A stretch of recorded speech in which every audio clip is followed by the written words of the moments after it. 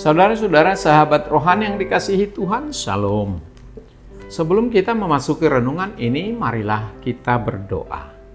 Kasih karunia dan damai sejahtera dari Allah Bapa kita dan dari Tuhan Yesus Kristus menyertai kamu. Amin. Firman Tuhan renungan bagi kita pada saat ini diambil dari 1 Yohanes pasal 3 ayat yang kelima.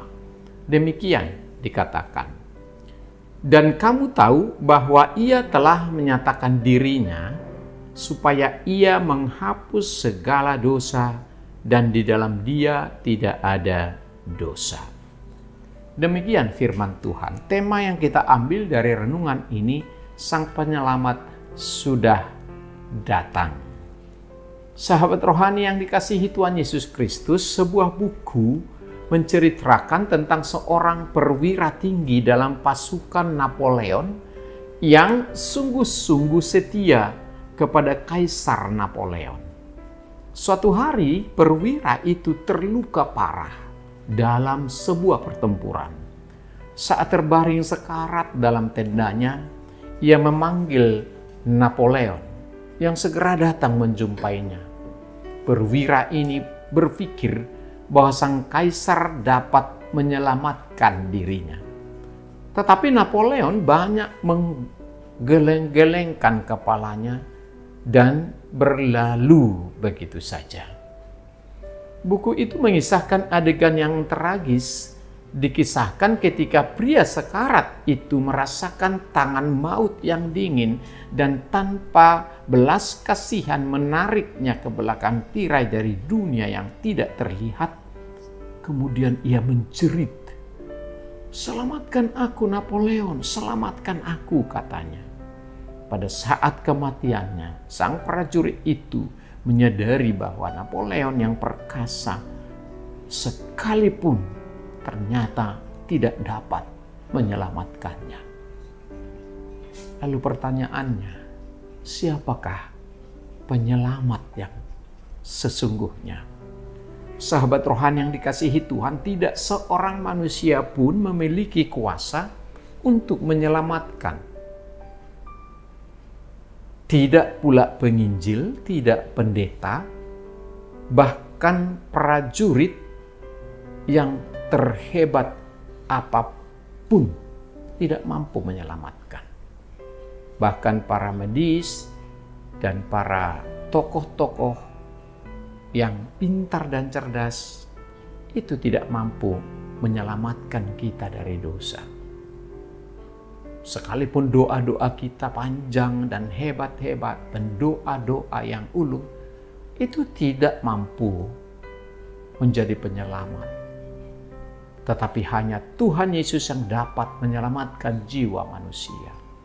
Dalam Kisah Rasul pasal 4 ayat 12 dikatakan, dan keselamatan tidak ada di dalam siapapun juga selain di dalam Dia. Sebab di bawah kolong langit ini tidak ada nama lain yang diberikan kepada manusia yang olehnya kita diselamatkan. Jadi tidak ada manusia yang lain selain daripada Yesus yang bisa memberikan kita keselamatan. Rasul Yohanes menekankan kembali makna kedatangan Yesus ke dunia ini dalam rupa manusia.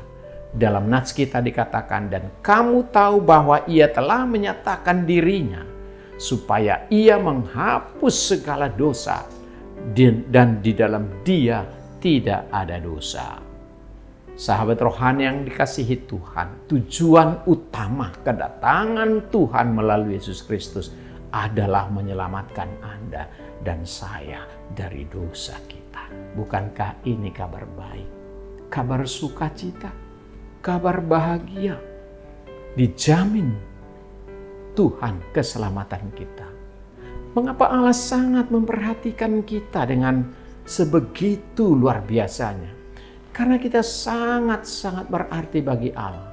Dalam Lukas 16 ayat 1-6 dikisahkan suatu saat para pemungut cukai dan orang-orang berdosa datang kepada Yesus untuk mendengarkan Dia.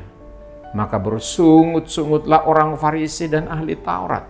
Katanya, ia menerima orang berdosa dan makan bersama-sama dengan mereka. Lalu Yesus mengatakan perumpamaan ini kepada mereka. Siapakah di antara kamu yang mempunyai 100 ekor domba, dan jika ia kehilangan seekor di antaranya, tidak meninggalkan yang ke-99 di padang gurun dan pergi mencari yang satu itu? Tidakkah dia gembira setibanya ia mendapatkan domba yang hilang itu?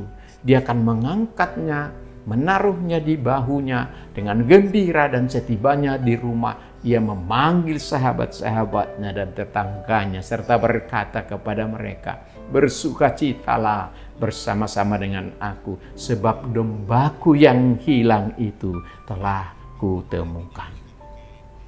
Sukacita karena menemukan domba yang hilang. Itulah sukacita yang betul-betul sukacita yang abadi. Sahabat rohani yang baik hati, apa pesan renungan ini bagi kita? Banyak sekali orang gagal melihat kebutuhannya akan keselamatan karena mengukurnya dengan standar yang salah. Jika saya bertanya, apakah kita mengetahui semua hal tentang diri kita masing-masing? Siapa yang mampu mengetahui keadaan dirinya masing-masing? Apakah Anda tahu berapa jumlah rambut di kepalamu? Tentu tidak ada seorang pun yang tahu.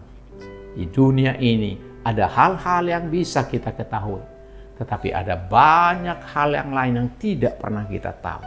Tapi Tuhan mengetahui segala-galanya, termasuk rambut di kepalamu sendiri. Sebagai manusia kita sangat berharga di mata Tuhan sehingga Dia mengetahui setiap detail tentang diri kita, hati kita, pikiran kita, semua sendi-sendi kehidupan kita. Bahkan hal kecil sekalipun yang ada pada kehidupan kita masing-masing diketahui. Tuhan mengenal kita lebih dari kita mengenal diri kita. Dan Dia mencintai kita lebih dari kita mencintai Dia. Hal ini menunjukkan betapa tingginya kasih Tuhan, betapa dalamnya kasih-Nya, betapa lebar dan luasnya cinta kasih-Nya. Dan Dia sangat menghargai kita. Dan dikatakan hal ini menunjukkan betapa tingginya Allah memandang dan menghargai kita. Bahkan kita dikatakan sebagai mahkota ciptaannya dalam Kejadian 1. Masihkah kita meragukan kebaikan-Nya dan keselamatan dari Tuhan?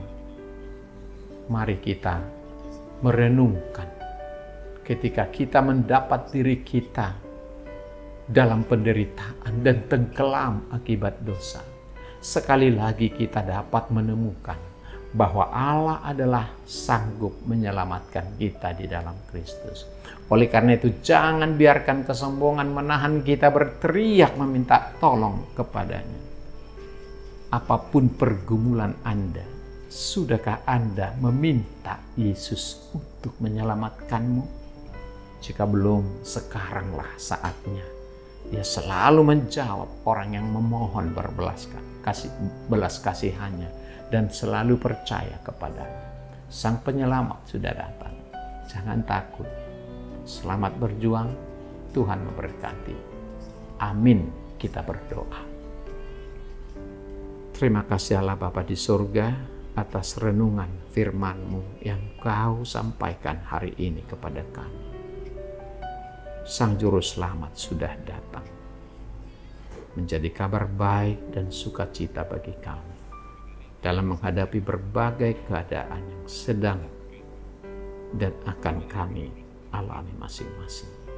Oleh karena kedatangannya, kami diberikan kekuatan dan kemampuan untuk bertahan dalam berbagai penderitaan dan hidup dalam pengharapan. Terima kasih Tuhan atas firman-Mu, kiranya kami tidak bersandar pada keselamatan dari manapun.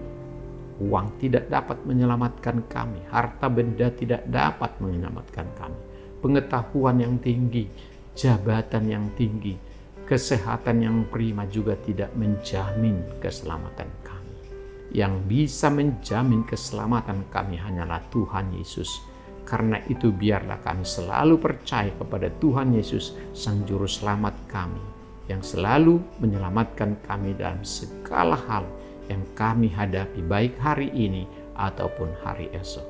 Oleh kuasa-Nya kami mampu bertahan dalam keadaan apapun, termasuk dalam sakit, penderitaan, kemiskinan, dan berbagai tekanan hidup lainnya. Terima kasih, oh Juru Selamat kami, terima kasih. Kami yakin bahwa Tuhan selalu memperhatikan setiap detail kehidupan kami dan selalu mengenal siapa kami.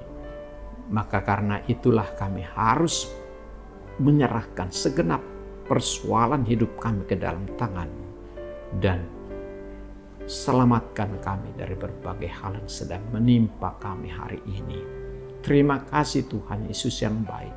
Dengarkanlah doa kami ini. Berkati kami dengan anak-anak kami sepanjang hari ini dalam beraktivitas. Beri kami keselamatan dari kesulitan sesulit apapun dan dari kondisi yang menghimpit kami. Terima kasih Tuhan, dalam nama Yesus Kristus kami berdoa dan mengucap syukur. Amin.